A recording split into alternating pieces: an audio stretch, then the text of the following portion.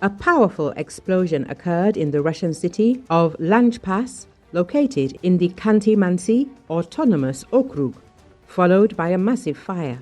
This was reported by Ukrainian media, citing sources in military intelligence. According to RBC Ukraine and Babel, the operation damaged an important main pipeline that supplied gas to defense-related industrial facilities in the Chelyabinsk, Orenburg, and Sverdlovsk regions. The gas pipeline provided critical supplies for weapons and equipment manufacturing companies.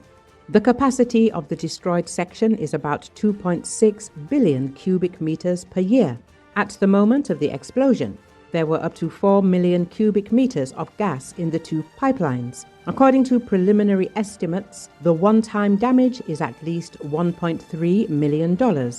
The source in the Main Intelligence Directorate specified that repairs to the damaged pipeline could take at least a month.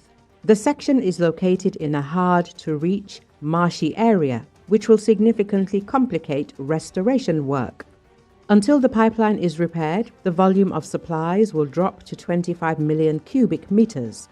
According to Ukrainian intelligence estimates, this will lead to indirect losses of almost $76 million. It is noted that this is the second such incident in the last week. On July the 5th, an explosion occurred on the Vladivostok gas pipeline, which serves units of the 155th Marine Brigade of the Russian Pacific Fleet. Systematic attacks on critical infrastructure inside the Russian Federation indicate the growing vulnerability of the logistics and supplies of the Russian army. Recently, HUR specialists incinerated a Russian armed forces warehouse in Bryansk region. The target of the attack was an ammunition storage base belonging to the 1060th Logistics Center of the Russian Ministry of Defense, previously known as the 120th Arsenal of the Main Missile and Artillery Directorate. The operation was carried out by units of the Main Intelligence Directorate of the Ministry of Defense of Ukraine, with the participation of other components of the defense forces. As a result of the attack, as officially confirmed, a large-scale fire started on the territory of the warehouse. The target was hit. Fire was detected at the facility. The results are being clarified, the General Staff said in an official statement. The strike was part of a broader Ukrainian strategy to destroy the aggressor's military infrastructure and weaken its offensive potential. Intelligence is systematically working to disrupt supply chains, thereby undermining Russia's ability to continue the war. The defense forces continue to take all possible measures to weaken the military-economic potential of the occupiers and force Russia to stop its armed aggression against Ukraine, the General Staff noted.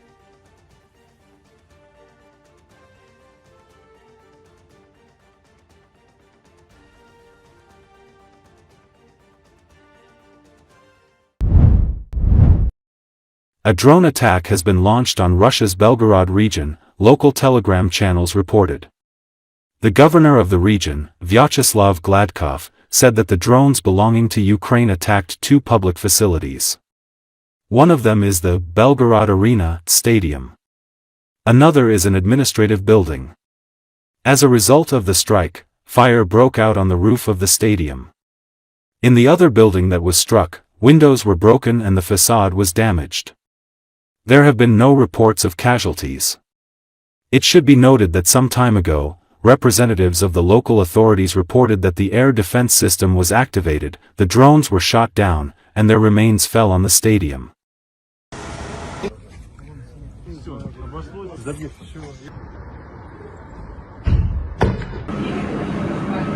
Там пожар, наверное.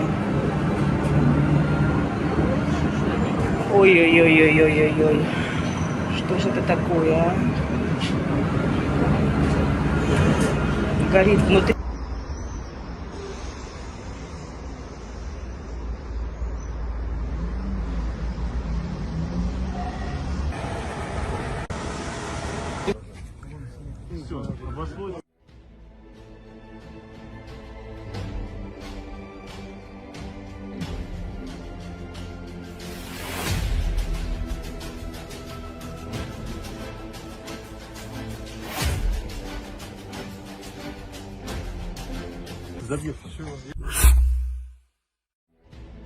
A Ukrainian Air Force MiG-29 fighter jet struck a crossing near the city of Vasilyevka in Zaporizhia region, which is under occupation.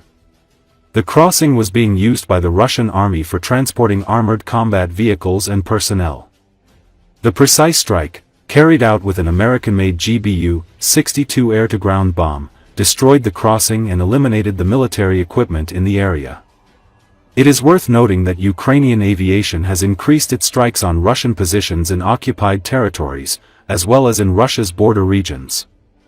As a result of these strikes, many Russian soldiers and military vehicles have been destroyed, particularly those hit by Western-made bombs.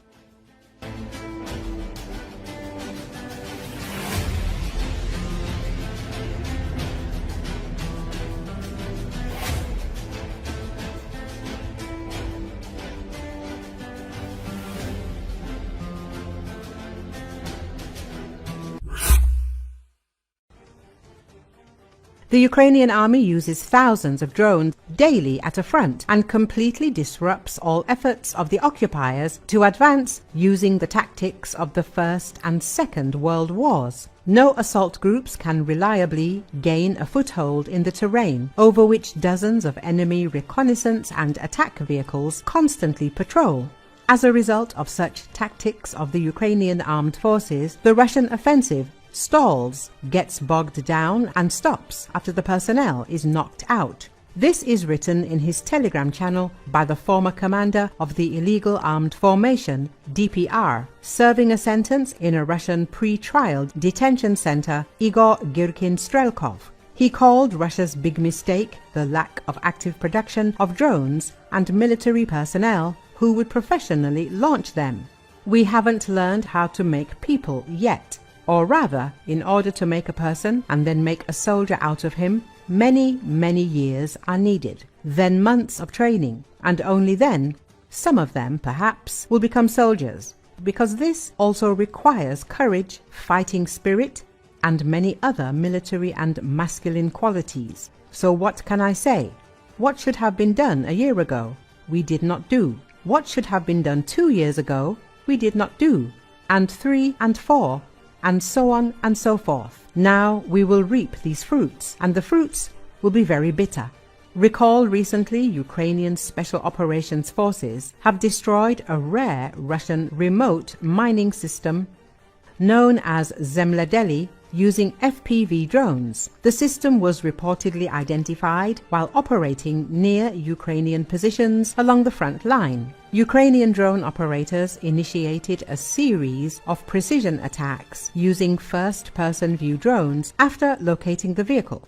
The Zemledi system is a remote mine-laying platform mounted on an 8x8 armored KAMAZ chassis equipped with two 25-tube launch modules. It is designed to rapidly deploy minefields at distances ranging from 5 to 15 kilometers by launching specialized rockets that scatter mines over a designated area.